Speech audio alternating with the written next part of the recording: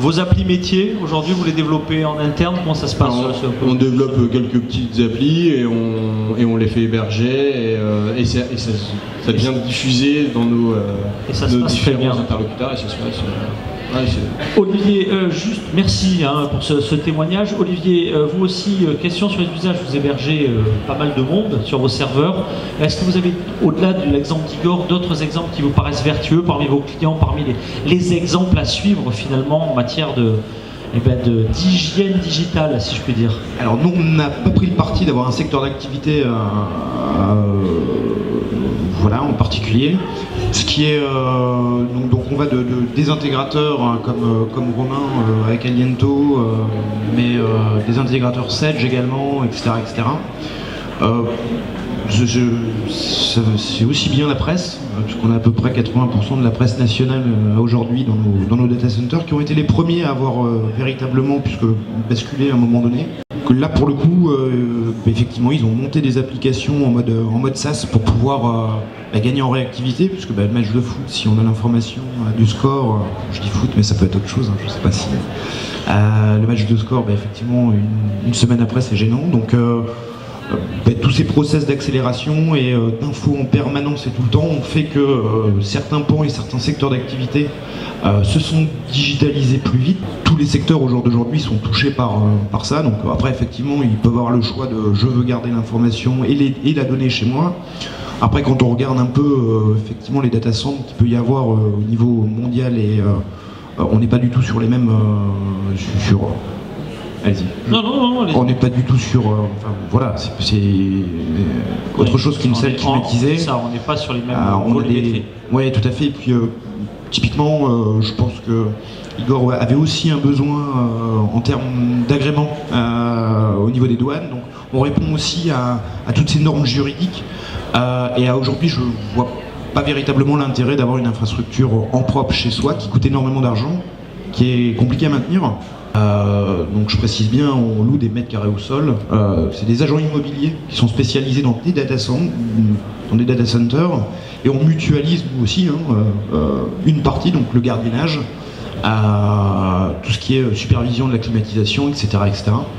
Et tout le matériel est redondé derrière et relié en fin de compte entre eux pour garantir à la fois, parce que effectivement que ça soit Romain ou Igor, ils ne peuvent pas se permettre de ne pas avoir accès à leur système d'information. Même si le PRA fonctionne, semble-t-il, grâce à l'infrastructure de Covage, il vaut mieux éviter ça quand on l'a dans un cloud. Voilà. Oui, tout à fait. Donc nous, en fin de compte, tout est infogéré de manière proactive. Donc on a des sondes qui remontent effectivement un disque qui lâche, ça peut arriver, etc. Donc ça permet d'avoir un outil, je dirais, vraiment efficace. Alors, messieurs, y a-t-il, dans un instant, la question à la salle, réaction, mais y a-t-il un point domaine, un témoignage que vous auriez aimé donner à ce stade qui n'a pas été évoqué lors de nos échanges, dont vous voudrez ne frustrer personne? Une thématique que vous vouliez aborder qui n'a pas été évoquée? On est bon? Igor, un petit témoignage additionnel? La simplification du besoin au quotidien et sur les projets. On a, voilà, c'est vraiment flexibilité, agilité, vous en parliez tout à l'heure, c'est la simplification, c'est pour une PME ou une TPE, il n'y a plus de sujet. Ouais, mais c'est clair. Oui, Romain. Juste parler quand même du gain économique pour la PME, d'aller sur des solutions SaaS. Je parle de la messagerie. Évidemment, quand vous comparez un mover, de l'onduleur, des licences, des compétences techniques, de l'amortissement qu'il faut avec, etc., le gain économique est évident. Évident. Avec la souplesse. Donc, il n'y a pas que cette souplesse, il y a aussi... Est-ce que vous avez un retour d'expérience justement sur la façon dont ces transformations numériques se font dans les entreprises? Parce que c'est vrai que on se dit, voilà, c'est bien, c'est nouveau, c'est de nouvelles technologies, on passe dans le cloud, on passe dans le collaboratif. Ça s'appréhende comment dans une entreprise? Est-ce que au niveau du change, vous avez accompagné les salariés, les collaborateurs?